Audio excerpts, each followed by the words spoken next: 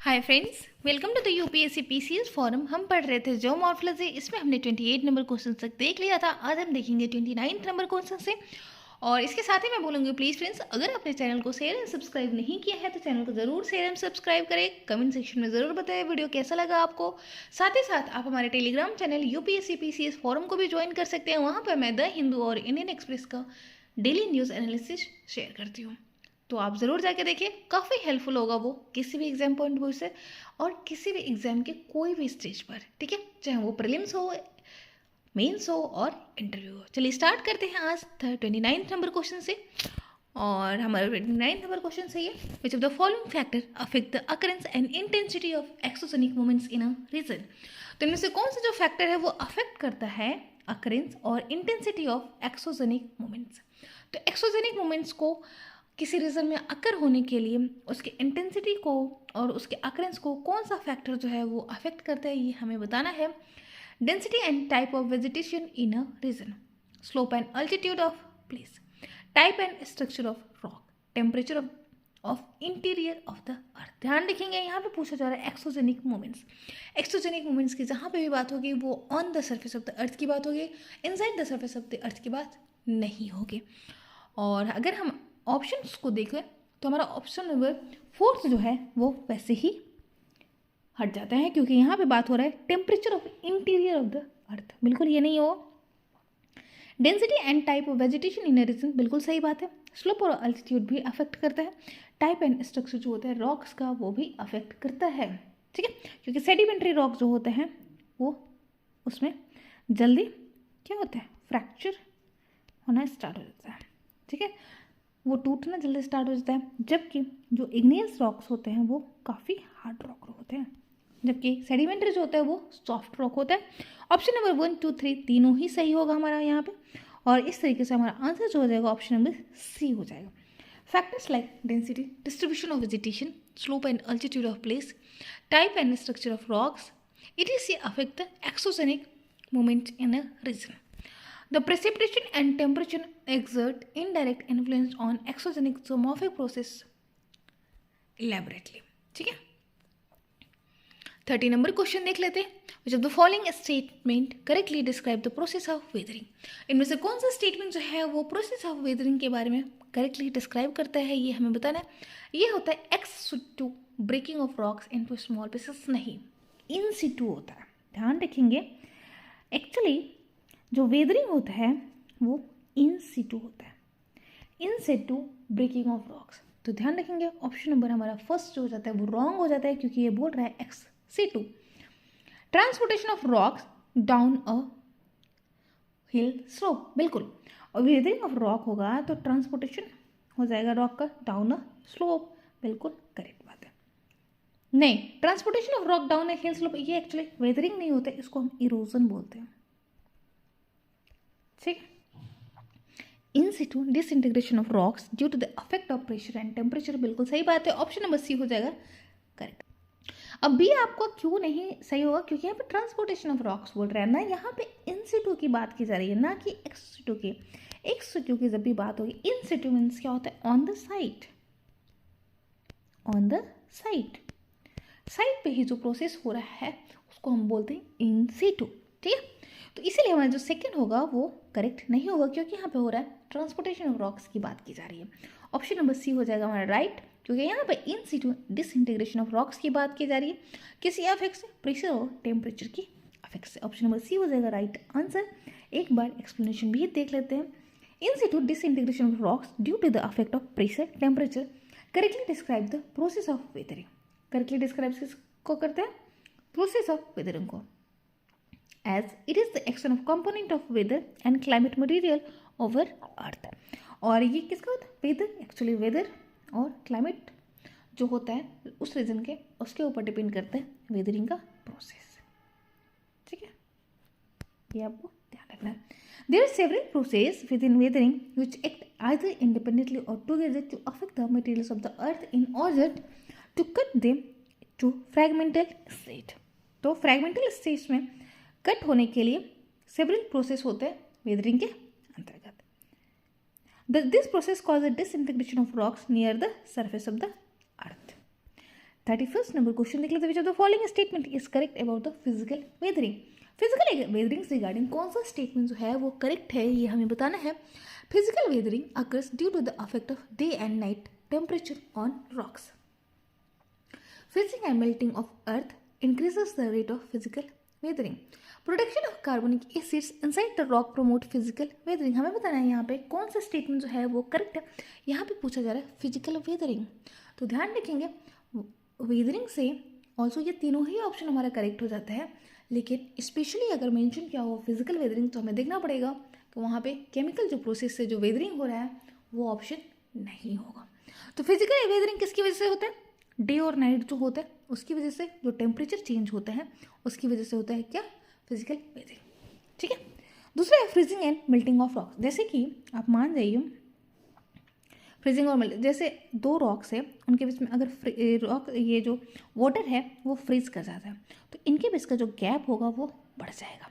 ठीक है, और ये फिजिकल वेदरिंग के जो रेट होगा वो उसको प्रमोट करेगा। तो बिल्कुल फर्स्ट और सेकेंड जो ऑप्शन होता है हमारा वो करेक्ट हो जाता है। जबकि केमिकल वेदरिंग में प्रोसेस होता है कार्बोनिक एसिड यानी कोई केमिकल रिएक्शन अकर होता है। ठीक है, इसीलिए ऑप्शन नंबर सी हो जाएगा हमारा इनकरेक्ट और डी हो जाएगा हमारा राइट आंसर, क्योंकि यहाँ पे सही आंसर हो जाएगा ऑप्शन नंबर ए और बी।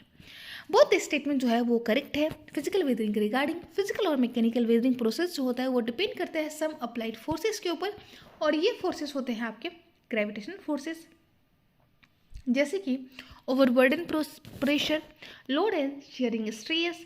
एक्सपेंशन प्रोसेस जो होते हैं किसकी वजह से, एक्सपेंशन होता है टेम्परेचर की वजह से। टेम्परेचर हाई होगा तो एक्सपेंशन होगा, टेम्परेचर कम होगा तो कॉन्ट्रैक्शन होगा। क्रिस्टल ग्रोथ और एनिमल एक्टिविटी, तो एनिमल एक्टिविटी की वजह से भी फिजिकल वेदरिंग होगा। जैसे एनिमल जो चलते हैं तो वो क्या करते हैं, वेदर करते हैं, किसी चीज़ को रगड़ते हैं या कुछ टूटता है उनकी वजह से, तो वो क्या होता है, वो फिजिकल होता है। वाटर प्रेशर जो होता है control by waiting and drawing cycles, तो वाटर प्रोसेस जैसे कि वेटिंग हो गया, ड्राइंग प्रोसेस हो गया, ये सब फिजिकल वेदरिंग आता है। लेकिन अगर वाटर रिएक्ट करता है तो वो आपका केमिकल वेदरिंग में हो जाएगा। ठीक है, और सी जो है हमारा production of carbonic acid inside the rock promote करता है किस इसको, केमिकल वेदरिंग को। 32 नंबर क्वेश्चन देख लेते हैं। The process of mechanical weathering is faster than the process of chemical weathering. Exfoliation of rocks occurs due to mechanical weathering. Oxidation and hydration are the process of chemical weathering. हमें बताना है यहाँ पे कौन सा स्टेटमेंट जो है वो करेक्ट है। करेक्ट स्टेटमेंट के रिगार्डिंग हमें बताना है। The process of mechanical weathering is faster than the process of chemical weathering. नहीं, केमिकल वेदरिंग जो होता है वो एक्चुअली में फास्टर होता है in comparison to mechanical weathering. तो हमारा पहले जो ऑप्शन है वो इनकरेक्ट हो जाता है। Exfoliation of rocks occur due to mechanical weathering, बिल्कुल सही बात है कि एक्सफोलिएशन जो होता है रॉक्स का वो बिल्कुल किसकी वजह से होता है, मैकेनिकल वेदरिंग की वजह से होता है। ऑक्सीडेशन एंड हाइड्रेशन जो होता है वो प्रोसेस होता है किसका, केमिकल वेदरिंग का। तो सेकेंड और थर्ड जो है हमारा राइट आंसर है, जबकि पहला जो है वो हमारा रॉन्ग आंसर है। ऑप्शन नंबर बी हो जाएगा हमारा right answer. Geological process under which rocks जो होता है ब्रेक होता है without losing their chemical composition, और इसको क्या कहते हैं, इसको मैकेनिकल और फिजिकल वेदरिंग कहते हैं। तो ये ध्यान में रखना है। एक्सफोलिएशन टाइप ऑफ मैकेनिकल और physical weathering which occur due to expansion and contraction induced by the temperature changes. Chemical weathering is the weakening and subsequent disintegration of rock by chemical reaction. तो chemical weathering क्या होता है, ये weakening of rock होता है और उसके बाद क्या होता है, जो रॉक्स होता है उनका डिसइंटीग्रेशन होता है केमिकल रिएक्शन के द्वारा। ठीक है, तो ये आपको समझ आ रहा होगा केमिकल और फिजिकल वेदरिंग, जिसको मैकेनिकल वेदरिंग भी कहते हैं।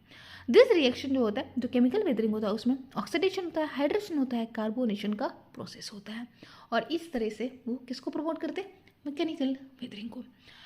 और पहला जो है वो बिल्कुल करेक्ट नहीं है, क्योंकि मैकेनिकल वेदरिंग जो होता है वो स्लो होता है और केमिकल वेदरिंग जो होता है वो फास्ट होता है। ठीक है, 33 नंबर क्वेश्चन देख लेते हैं। और 33 नंबर हमारा क्वेश्चन है, विच of the following statement is correct about the frost weathering. Frost weathering के रिगार्डिंग कौन सा स्टेटमेंट जो है वो करेक्ट है। तो फ्रॉस्ट देख के एक चीज़ तो समझ आ रहा होगा कि हम कहीं ना कहीं टेम्परेचर जो है वो कोल्ड मतलब लो टेम्परेचर की बात कर रहे हैं, वहाँ पे टेम्परेचर जो है वो लो है। हम इसकी बात कर रहे हैं। तो अगर फ्रॉस्ट वेदरिंग की बात की जा रही है तो Frost weathering occurs mainly in the cold climatic high altitude region. Desert region are characterized by frost weathering. Movement of animals over rocks lead to frost weathering. The process of carbonation can increase frost weathering in a region. हमें बताना है यहाँ पे कौन सा statement जो है वो करेक्ट है रिगार्डिंग द फ्रॉस्ट वेदरिंग। मैंने बताया फ्रॉस्ट वेदरिंग कभी भी अकर होगा तो वो कोल्ड टेम्परेचर मतलब लो टेम्परेचर वाला सीजन होगा तो वहाँ पे फ्रॉस्ट वेदरिंग अकर होगा। तो फ्रॉस्ट वेदरिंग का पहला जो ऑप्शन है हमारा frost weathering occurs mainly in the cold climatic high altitude region. तो पहला स्टेटमेंट ही हमारा करेक्ट हो जाता है क्योंकि ये अकर होता है कोल्ड क्लाइमेटिक हाई अल्टीट्यूड वाले रीजन में। डेजर्ट रीजन में आपको फ्रॉस्ट वेदरिंग नहीं देखने को मिलेगा। Movement of animals over rocks lead to the frost weathering नहीं, मूवमेंट ऑफ जो एनिमल्स होता है वो कॉज करता है फिजिकल वेदरिंग को, जिसको मैकेनिकल वेदरिंग कार्बोनेशन का फॉर्मेशन जो होता है वो क्या करते हैं chemical weathering. Option number A हो जाएगा हमारा राइट आंसर। तो ये अकर कहाँ पे होते हैं, ये अकर होता है मीड और हाई अल्टीट्यूड मतलब लैटिट्यूड में, ओके। और ये क्या होता है, इसमें फ्रीजिंग साइकिल और थॉइंग का एक प्रोसेस होता है, साइकिल होता है। Repetition of this process result करते हैं weakening of rocks, ultimately their fragmentation and known as frost weathering.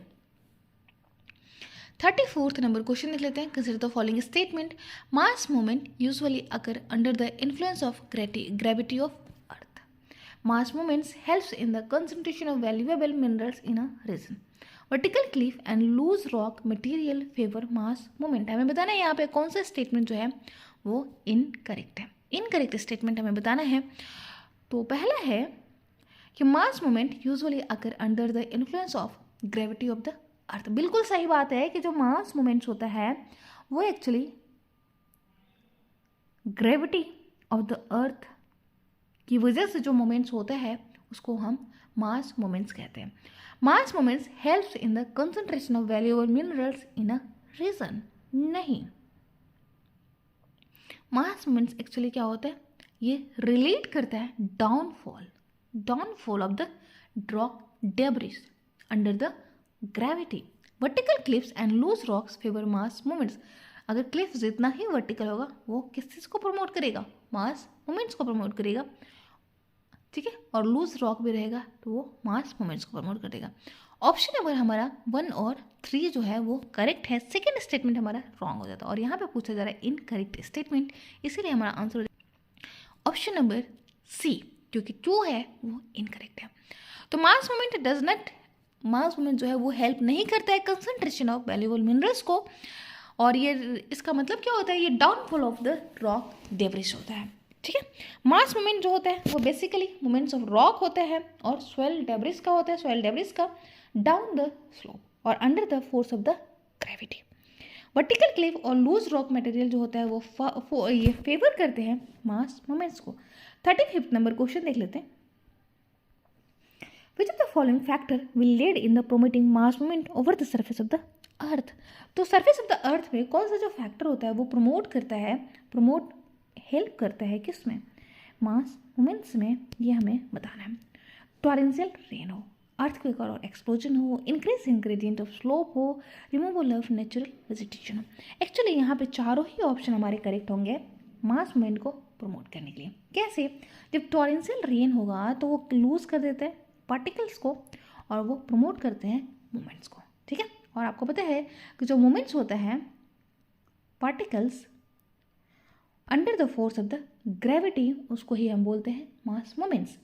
Earthquake और एक्सप्लोजन होगा तो ऑब्वियसली वो पार्टिकल्स को लूज करेंगे, उनके बॉन्ड के बीच का जो फोर्स मतलब उनके बीच का जो फोर्स रहेगा, उनका जो बॉन्ड होगा उसको वो लूज करेंगे। लूज करेंगे तो क्या होगा, होगा आपका मास मूवमेंट।